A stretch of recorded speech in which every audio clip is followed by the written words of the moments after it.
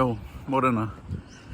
Welcome to day 44 of my 10-year journey of becoming 1,000% better. It's Monday, just finished the weekend, and it's a little before 8 o'clock in the morning. Been up since 5:30ish or something. Just been doing my morning routine, did my LinkedIn posts, and I actually forgot to put it on Facebook, so I need to do that when I get home. I wrote a second post that's going to go out a little bit later, so yeah, we'll talk about that. Anyway, I'm going to focus on my walk, and then I'll chat with you soon. So while I was recording just a little while ago, I had this struggle of wanting to not record because there was a person walking by, and I think I talked about this the other day, where just doing this is pretty hard, like filming in public, putting yourself out there, you know, takes a lot of courage. Anyway, speaking of, this is literally the challenge, is whenever somebody walks past, I think, oh shit, I need to put the phone down. In most cases that's true. In most cases that's not necessarily true. The only exception is like children or youth. I don't want to film or be perceived to be filming children. The last thing I want is concerned parents coming up to me and just, you know, fair enough. But I guess that's the challenge, like when you try to do this kind of vlog style stuff. I watch videos of other people who've done vlogs, and I'm like, man, I think to myself, how do they do that? You know, it seems like this kind of magical thing. They just don't, I don't know, they don't care, or they've done it so much that they don't think about it. And then I had another thought, actually, as I was saying, I had another thought, and it was like, because I've been watching a lot of how to vlog videos on YouTube, and some advice that I thought was really clever and made a lot of sense was to kind of pretend that you're just on a call and you're FaceTiming somebody. Because I think, like, when I have actually been on a call and I'm talking to somebody, I'm not even worried about what's happening around me. I'm just kind of like locked into the conversation. Generally, I mean, sometimes I am self-conscious, but I guess the thing that I kind of admire is like a recent vlog that I watched, or vlog style video, was like this guy Spanian, who I think he's from Australia, and he's like a ex-prisoner or something, and he's been to jail. He's had a colourful, interesting life, and he just doesn't, you get the impression like he just doesn't give a F about those kinds of things. He just does what he wants, and that's it's the kind of energy that I want. So, but it's hard because everyone's different, right? And even that's not a good thing, like me saying that I want to be like that person is comparison, and it's not good. But then I think of other people, like who's another one? Oh, I forgot his name. He's Australian, another Australian guy. He's like the Australian strongman. He's crack up. He does lots of vlogs. He films himself in public doing all kinds of things. And he just doesn't give a F too. It's like, man, how can I give less ifs about this kind of thing, because it's important, but at the same time I'm trying to respect everybody's privacy, because while I may have chosen to put my life on display, no one else has. So I respect that. And I guess the point of this is just to show you, like, coming from the perspective of somebody who's struggling with this, maybe you're thinking about it too. Hopefully you can connect and resonate with what I'm talking about, because I think about it all the time. Anyway, I can hear a car coming, so I better stop recording.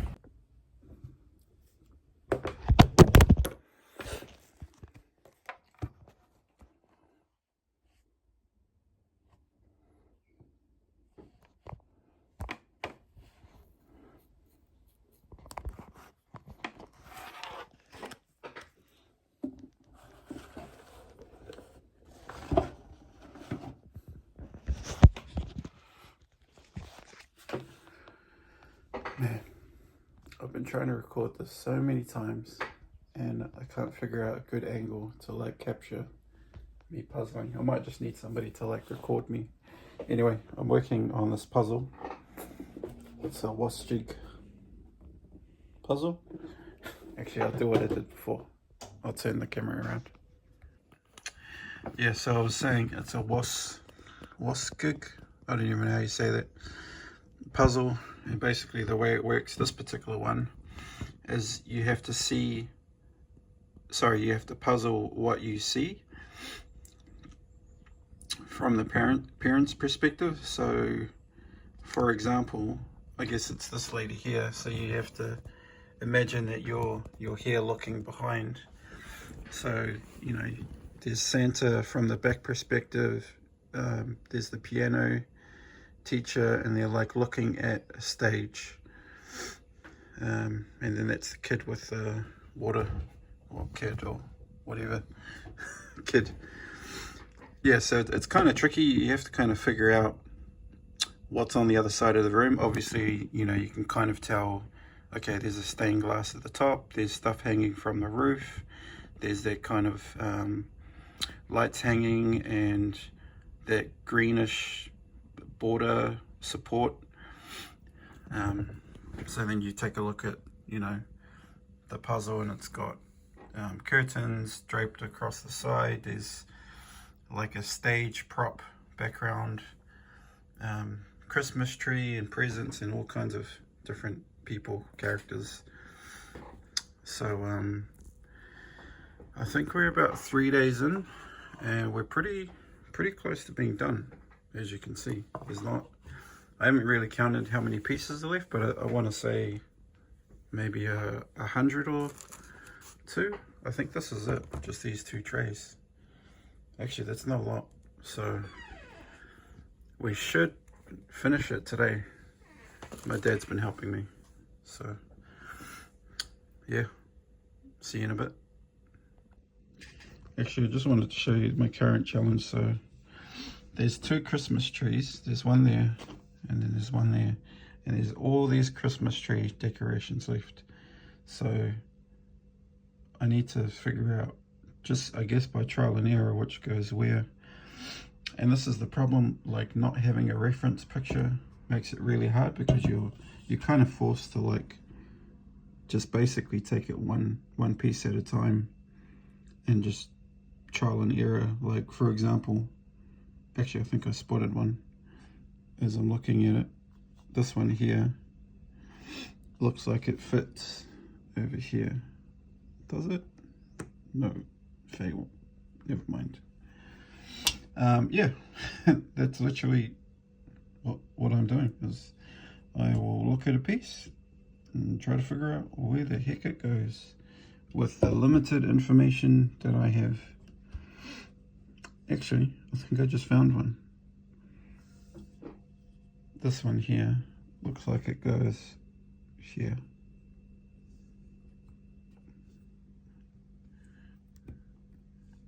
Is that right?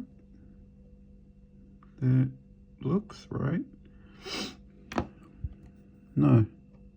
Fail. Fail. And here we go. On and on we continue. All right. Actually, I just want to show you another process. I actually found this piece. So what I could tell by this piece is the information at the top is like this skirting along the wall, and because there's actually not many there's not many possible places it could be, it was kind of relatively easy. I thought it was like over here somewhere because there's only, you know, a few spots, but then as I was looking I actually saw that it goes here. So yeah, that took about a minute. Yo, I actually forgot to do this recording, but I finished the puzzle. See, there's a power cut, so we've got no lights. Yeah, so we finished the puzzle a few hours ago, and I've actually already started kind of preparing another puzzle. But I've just decided I'm gonna go for a walk, so let's go do that. I don't know if you can tell, but it's like mad gloomy outside. Clouds are pretty dark. There's no power in the streets, so I can see some lights in the distance, so I'm just heading there. I can see a bit of light just walking past the gas station. Light from the shops. And there's this house is lucky they've got lights. I wonder if it's because they got solar panels. Because there's actually a few new houses built down our street, and none of them have solar panels, which is a bit of a shame. So yeah, I feel like it's been ages since I recorded the last video. I don't even remember what I was talking about. I almost forgot that I even recorded one this morning. But it's been a pretty busy morning. I don't remember how much I said, but I think I started reading chapter 2 of Mark Manson's book, The Subtle Art of Not Giving a F, and it's basically about a king in Nepal who had a son, and he decided that he wanted his son to not experience hardship, so basically spoiled him rotten. And what happened is the prince grew up like a little shit, didn't appreciate anything, actually became a complainer, which is interesting, and he concocted this plan that he would escape the palace and kind of see what it's like to live as a commoner. So he broke out, or escaped, and what he saw horrified him. You know, people sleeping on the streets, famine, poverty, and then he actually got angry at his father, at the king, and he blamed him. And then he vowed that he would give up all of his worldly possessions and basically live as a poor person. So that's what he did. He lived as a homeless person, got sick, and I think he realized that, oh, actually being a poor person isn't that great. He kind of experienced like what the rest, you know, what normal people, what their life is like. So then he came up with another plan to sit under some tree for like 49 days or something. And apparently he had many profound realizations, one of which was that life is like a type of suffering, and that the rich suffer because of their riches, the poor suffer because of their poverty, and it's like a correlation between everybody suffers because of the thing that they are, or the thing that they have, or the thing that they don't have. And then he goes on to say that he developed his own what would you call it, philosophy. And what was the rest of it? Oh, he basically developed his own philosophy and became known as the Buddha. And Mark was saying, if you don't know who the Buddha is, he's kind of a big deal. But he basically developed his own philosophical approach to life, I guess.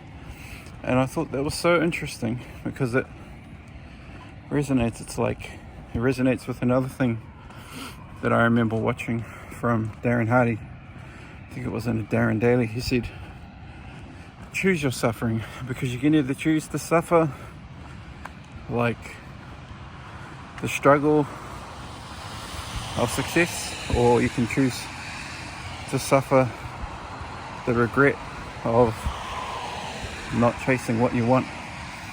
But then this whole like philosophical view kind of challenges that, like no matter what you choose, you're gonna suffer either way. Like people that abstain from whatever it is suffer because of their abstention. People who chase happiness suffer because they chase happiness.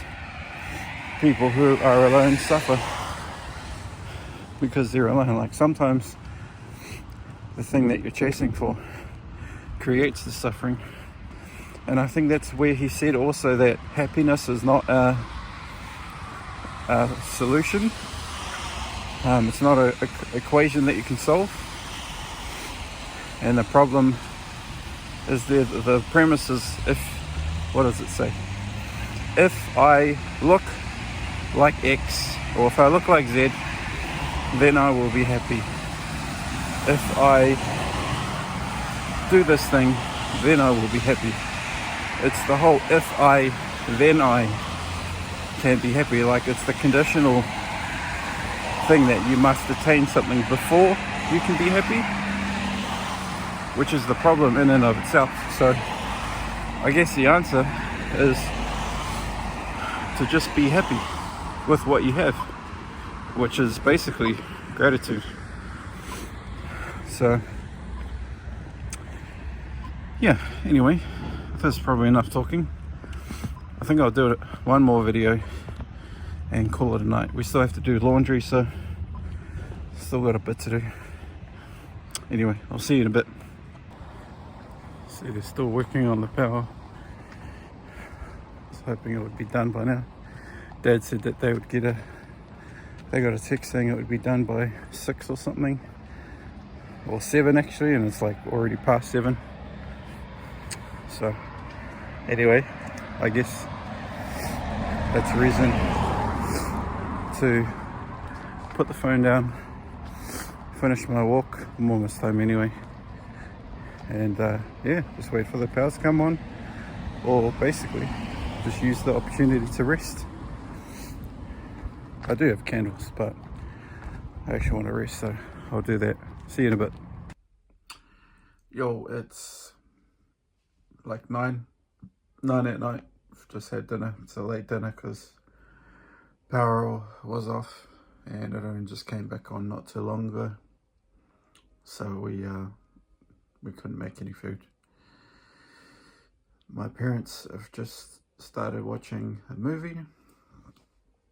Sum of All Fears on Netflix, I think. It's a good movie I haven't seen for ages, and I kind of like want to watch it with them, but I'm also like really tired, and it's probably a good time for me to go to sleep. Overdue. I have been sleeping late the last couple of days, so I'm trying to change that. But yeah, I don't even remember what the intent was for today. it's been like a really hectic day. There's a lot of things that have happened, you know, behind the scenes that I haven't recorded or talked about. I shot my shot, which might sound weird, but I sent a message, a DM to somebody who is like a mentor to me, who I've kind of been inspired by for a while, and they've done a lot of the things that I want to do. So I kind of just reached out and said, hey, you know, I look up to you and I just want to learn, basically. I've done this in the past with like people on LinkedIn, and it's kind of, there's been a couple of times where like it's worked out, you know, we've connected and we've had a couple of chats, and it was really good. Like with this one guy in particular, I remember he was so good. He was so good to me. It's like, I was kind of blown away at how generous he was with his time, and how like we just got along really well. And when I went into hospital, it kind of died down because, you know, we didn't talk for ages, and it actually makes a huge difference when you have somebody in your corner, you know, somebody who's like more experienced, more seasoned, has been around longer, has done some of the things that you want to do.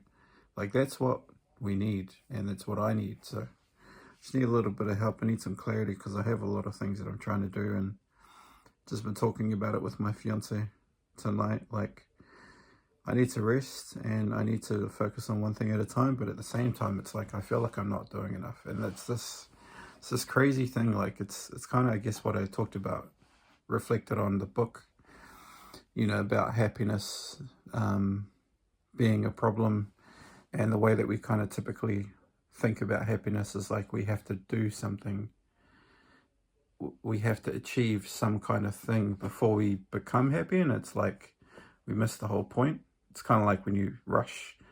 I think about it like this jigsaw puzzle that I just finished the last few days.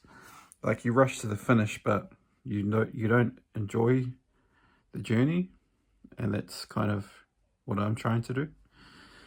But it's hard because it's like you need direction, right? You need to go somewhere, otherwise you're just like drifting in motion and not doing anything. You could be like treading water, you know, kicking really hard, and you're just barely staying afloat and you're not moving in any direction. And I've certainly felt like that, and maybe you feel like that too. So yeah, I need to stop talking. I'm tired, you can probably tell. So I'm going to sign off, and I will put all the clips together, and I'll see you tomorrow.